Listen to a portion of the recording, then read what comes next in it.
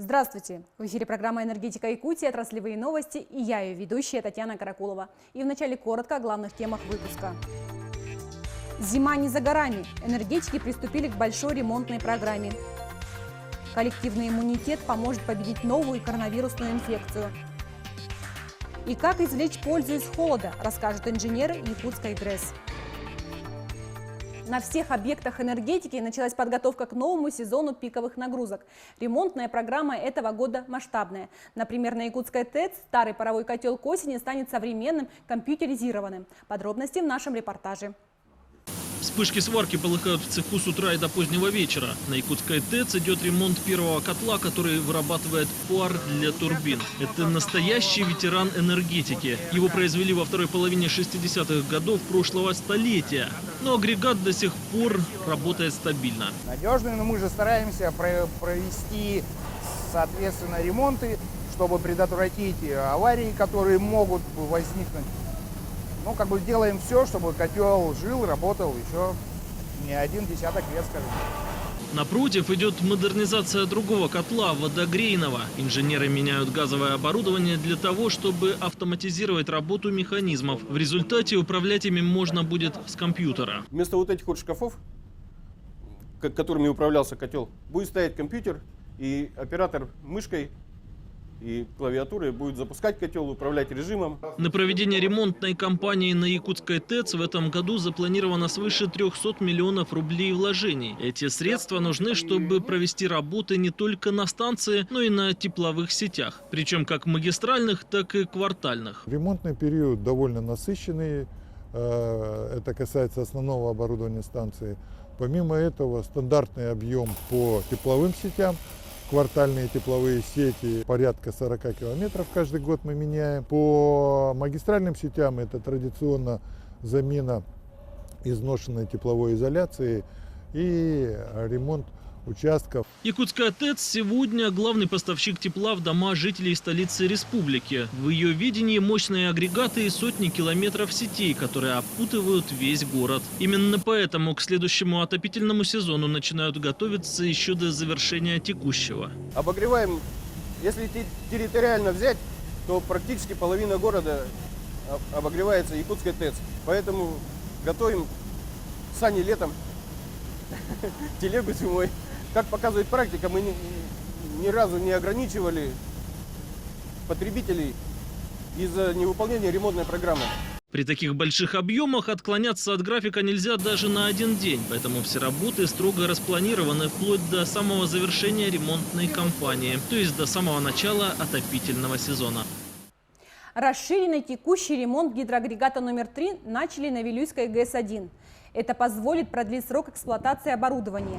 Специалисты определяют состояние основных систем и узлов и выполняют регламентные работы. В случае необходимости устраняются дефекты.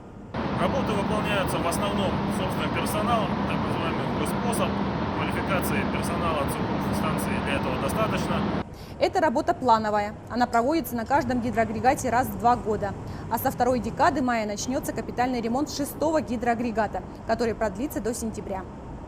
Генеральный директор ПАО «Якутскэнерго» Алексей Стручков проинспектировал энергообъекты Амгинского и Усьмайского районов. В Амге совместно с представителями администрации был рассмотрен план реконструкции внутрипоселковых сетей в Покровке, Анёсе, в Балагуре и ряде других поселений.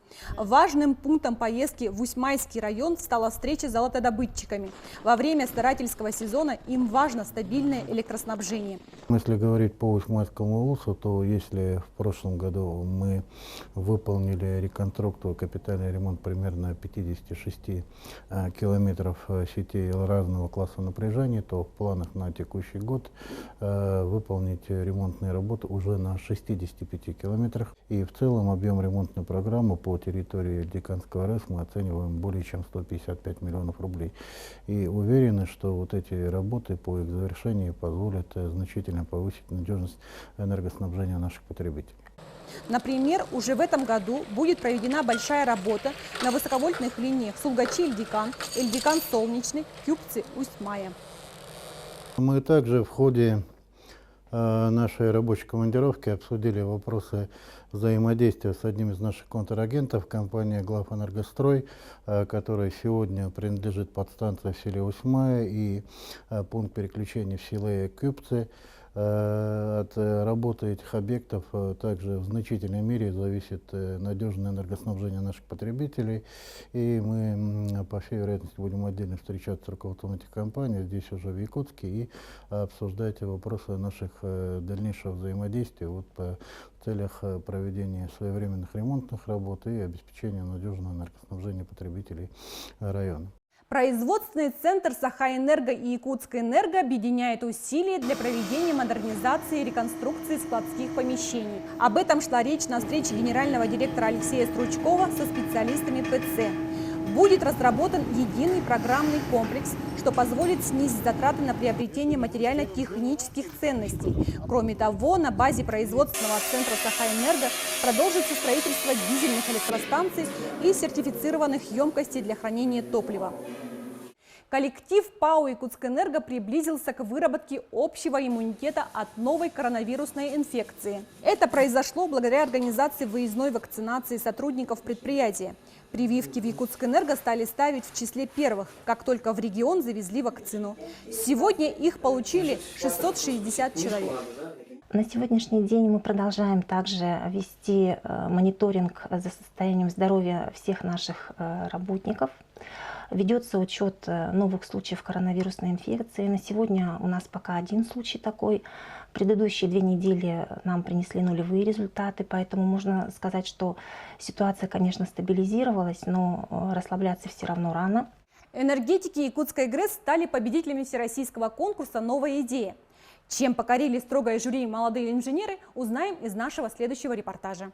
Их работа заключается в том, чтобы якутская ГРЭС производила электрическую энергию максимально эффективно. Поэтому о новаторстве приходится думать постоянно. Идея снизить температуру жарким летом на входе в газотурбинную установку витала давно.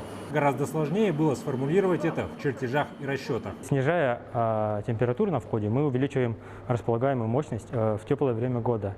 И, соответственно, у нас будет расти и КПД, и мы получим необходимую нам экономию топлива. Промежуточный контур на входе в ГТУ ГРЭС-2 – важный теплообменный аппарат. Он спасает от обледенения зимой. А вот летом его роль не такая значимая. Она используется в основном для подогрева воздуха зимой, а мы хотим использовать ее еще для охлаждения летом за счет льда, который будет располагаться в котловане. Электростанции Якутская ГРЭС-1 и ГРЭС-2 уникальные. Они построены на вечной мерзлоте. Проблем со льдом нет даже жарким летом. И этим нужно пользоваться, решили инженеры. Наши жаркие периоды, когда у нас короткое лето, знойное лето, для прохождения, для повышения располагаемой мощности газотурбинных установок, перспектива есть. Применение данной технологии в будущем. Авторитетное жюри всероссийского конкурса «Новая идея» высоко оценило это предложение. В итоге оно стало победителем в номинации «Лучшая инновационная идея». В Якутскэнерго такому событию рады, ведь здесь активно поддерживают РАЦ-предложения, которые повышают эффективность производства. У нас в ПАО «Якутскэнерго» налажена постоянная система поддержки инновационной и рационализаторской деятельности персонала. Любой сотрудник, работник общества может подать свое предложение на нашем сайте внутреннем в проекте «Инноватор» и будет уверен, что его предложение будет рассмотрено экспертами, и если эксперты признают рациональность, будет рассмотрено далее научно-техническим советом, в состав которого входит главный инженер общества и ведущие технические службы. После этого предложение при положительной оценке может быть внедрено и на производстве. В будущем, чтобы использовать лед во благо энергии, нужно провести серию испытаний. Авторы проекта к этому готовятся. В успехе не сомневаются, ведь главное достоинство новой системы охлаждения – простота конструкции при небольших затратах. Районные, городские и школьные библиотеки пополнили свои фонды новой книгой «Электроплан». В ней рассказывается о невероятных приключениях школьника Светлячкова и инженера Боброва. Красочное издание будет интересным и полезным для подрастающего поколения, благодаря тому, что книга напоминает об основных правилах электробезопасности. Я хочу от имени Центральной городской библиотеки Нибелинского выразить благодарность. Книги изумительные, уникальные. Их уникальность в том, что они предназначены для широкого круга читателей. То есть они будут полезны не только для детей, но и для подростков, для молодежи и для взрослого населения. Книга выпущена издательством «Дом детской книги» при поддержке Русгидро в рамках столетия плана Гойл-Ро. Это уже не первое издание от энергетического холдинга. Например, «Царица вода», в которой интересные факты изложены поэтами, сказочниками и оформлены художниками, стала популярна среди юных читателей. Кто самый ловкий и быстрый, выясняли в коллективе Намского РЭС. Здесь провели соревнования по Иная. Участникам предстояло победить в различных эстафетах. Они перетягивали канат, стреляли из пневматических винтовок, на скорость собирали и разбирали автомат Калашникова. Но самыми зрелищными оказались задания по скоростной вырубке проруби, кипячению воды и колке дров. Несмотря на сильный снег и порывы ветра, участников было много. 4 команды по 7 человек. Практически все смогли выиграть полезные призы и, самое главное, зарядились положительной энергией. Это все, что мы смогли вам показать и о чем успели рассказать. До встречи в следующих выпусках программы «Энергетика Якутии».